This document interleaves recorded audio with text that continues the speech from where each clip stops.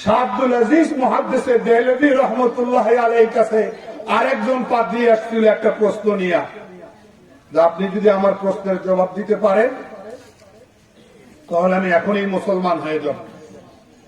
শাহ আব্দুল আজিজ তো সেই ব্যক্তি, শাহ ওলিউল্লাহ মুহাদ্দিসে দেহলভী রহমতুল্লাহ আলাইহি, যিনি বিপ্লবী ফতুয়াটা দিয়েছেন একটু আগে শুনাইলাম।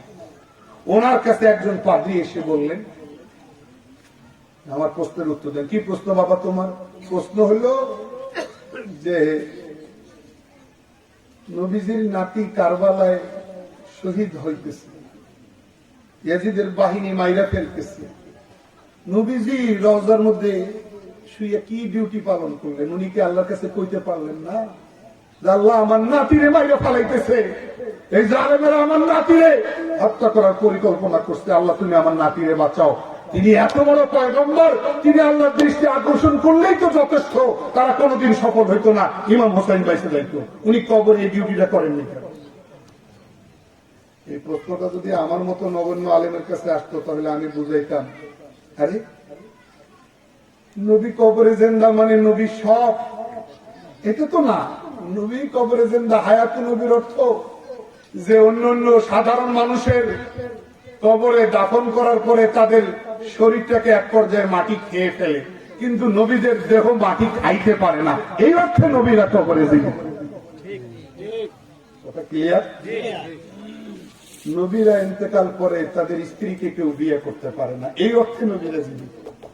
আমি এমনি বুঝাইতাম, তুমি যে কি প্রশ্ন করলা যে উনি কবরে থেকে আল্লাহর দৃষ্টি আকর্ষণ করবে, তোমার তো প্রশ্নই হয়নি।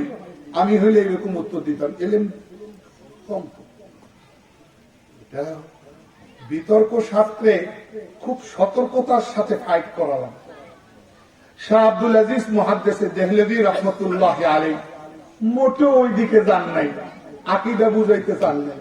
প্রশ্ন যে অ্যাঙ্গেলে আসছে উনি জবাবকে ওই অ্যাঙ্গেলে আনতেছেন। তিনি বললেন, হ্যাঁ আল্লাহ নবী আল্লাহর কাছে দোয়া করছিলেন, আল্লাহর দৃষ্টি আকর্ষণ করছিলেন, আল্লাহ আমার নাতিরে কারবালা প্রান্তরে এরকম ভাবে মারতেছে, তুমি বাঁচাও। উনি আল্লাহর দৃষ্টি আকর্ষণ করছিলেন, আপনার ধারণা ঠিক আছে, তো হইল না কেন? হইল না কেন? ওনার তো মিস হয়, এটা হইতে পারে। শাহ আব্দুল আজিজ মুহাদ্দিসে দেহলভী রহমতুল্লাহ আলাইহি বলেন, শুনো, উনি আল্লাহর কাছে বলতে গেছিলেন, আল্লাহ আমার নাতিরে বাঁচাও। আল্লাহ জবাব দিছে যে খ্রিস্টানেরা আমার ছেলেরে মাইরা ফালাইলো, আমি কিছুই করতে পারলাম না, আর আপনি আপনার নাতির কথা বলতে আসছেন। বুঝে আসছেন না? হ্যাঁ, খ্রিস্টানেরা আমার ছেলেরে মাইরা ফালাইলো, শুলিতে উঠাইয়া ফাঁসি দিয়া, আমি বাবা কিছুই করতে পারলাম না, বাবু আর আপনি আপনার নাতির কথা আসছেন, আগে তো আমার ছেলে। আল্লাহ এরকম জবাব দেওয়ার পরে নবীজি থাইমাইতেছে। পাদ্রী কয়, আমি বহু মানুষকে এইরকম প্রশ্ন করে ঠেকাইয়া দিছি, কিন্তু আপনার কাছে আজকে হার মানলাম। আপনি দান সেখান দাঁত ভাঙ্গা জবাব দিলেন, এরকম দাঁত ভাঙ্গা জবাব আর কেউ দিতে পারে নাই। এখনই আপনি আমাকে মুসলমান বানায় আনেন।